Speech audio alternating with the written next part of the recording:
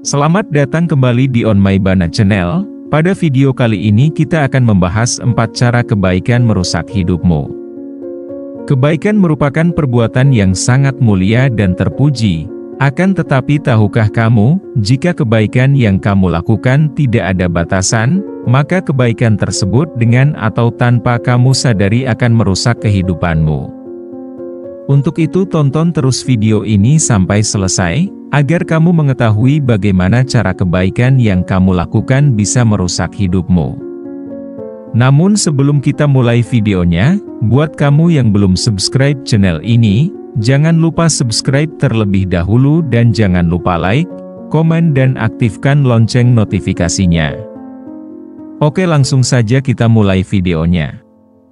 Dalam ajaran Stoikisme, kebaikan seringkali dipandang sebagai kualitas yang sangat dihargai.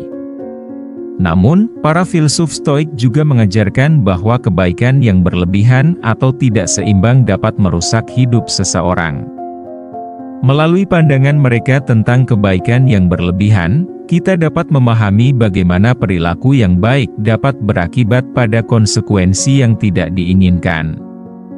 Mari kita menjelajahi 4 cara bagaimana kebaikan dapat merusak hidup Anda menurut pandangan Stoikisme. 1.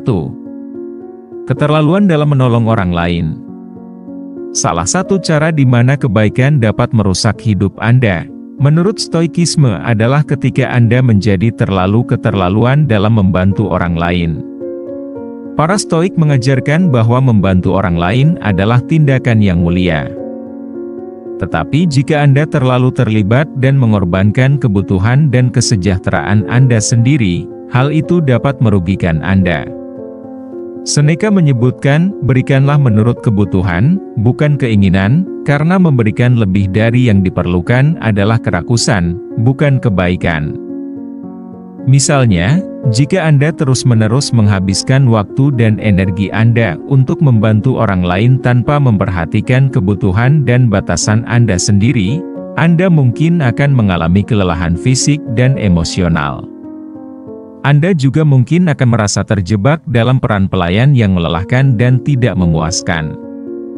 Seneca mengingatkan kita untuk memberikan berdasarkan kebutuhan, bukan keinginan, agar kebaikan kita tidak berubah menjadi kerakusan yang merugikan.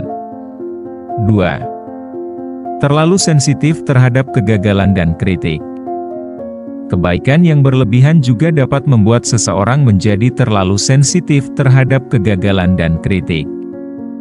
Menurut pandangan Stoikisme, kita harus belajar menerima kegagalan sebagai bagian alami dari kehidupan dan menggunakannya sebagai kesempatan untuk belajar dan tumbuh. Namun, jika Anda terlalu terikat pada idealisme tentang kebaikan atau terlalu memperhatikan pendapat orang lain, Anda mungkin akan merasa terpukul secara emosional ketika Anda gagal atau menerima kritik. Hal ini dapat menghambat perkembangan pribadi Anda dan menghalangi Anda mencapai potensi Anda yang sebenarnya.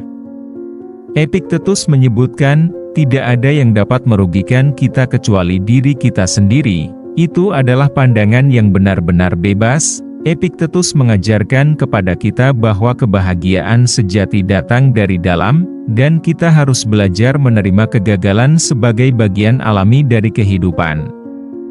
3. Terjebak dalam peran pelayan atau penolong.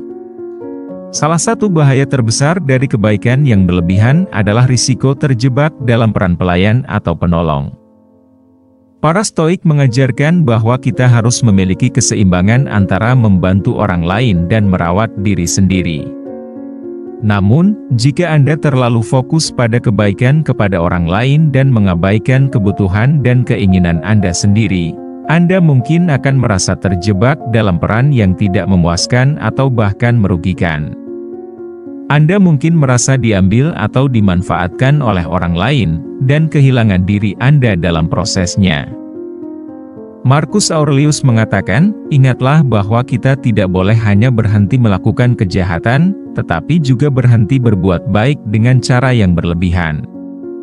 Marcus Aurelius mengingatkan kita bahwa terlalu fokus pada kebaikan kepada orang lain, dan mengabaikan kebutuhan kita sendiri dapat membuat kita terjebak dalam peran pelayan atau penolong yang merugikan. Kita harus mencari keseimbangan antara membantu orang lain merawat dan diri sendiri. 4. Kebahagiaan yang bergantung pada tanggapan orang lain. Kebaikan yang berlebihan juga dapat membuat seseorang bergantung pada tanggapan orang lain untuk merasa bahagia dan berharga. Para Stoik mengajarkan bahwa kebahagiaan sejati berasal dari dalam, bukan dari pengakuan atau persetujuan orang lain. Namun, jika Anda terlalu bergantung pada pujian atau penghargaan dari orang lain untuk merasa baik tentang diri Anda sendiri, Anda akan rentan terhadap perubahan suasana hati dan kekecewaan ketika ekspektasi Anda tidak terpenuhi. Ini dapat mengganggu ketenangan batin Anda dan membuat Anda terjebak dalam siklus yang tidak sehat dari pencarian persetujuan eksternal. Zeno dari Citium mengatakan, kebahagiaan adalah kehidupan sesuai dengan alam, yang terdiri dari kebebasan, ketenangan batin, dan kebijaksanaan. Zeno mengajarkan bahwa kebahagiaan sejati berasal dari dalam, dan kita harus mencari kebebasan, ketenangan batin, dan kebijaksanaan dalam hidup kita, bukan pada pengakuan atau persetujuan orang lain.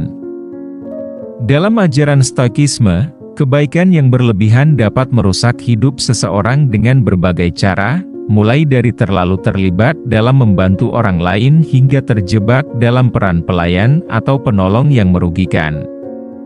Melalui pemahaman tentang bahaya-bahaya ini, kita dapat belajar untuk mencapai keseimbangan yang sehat antara membantu orang lain dan merawat diri sendiri, serta mengembangkan kebahagiaan yang berdasarkan pada ketenangan batin dan nilai-nilai internal, bukan pada menanggapi orang lain.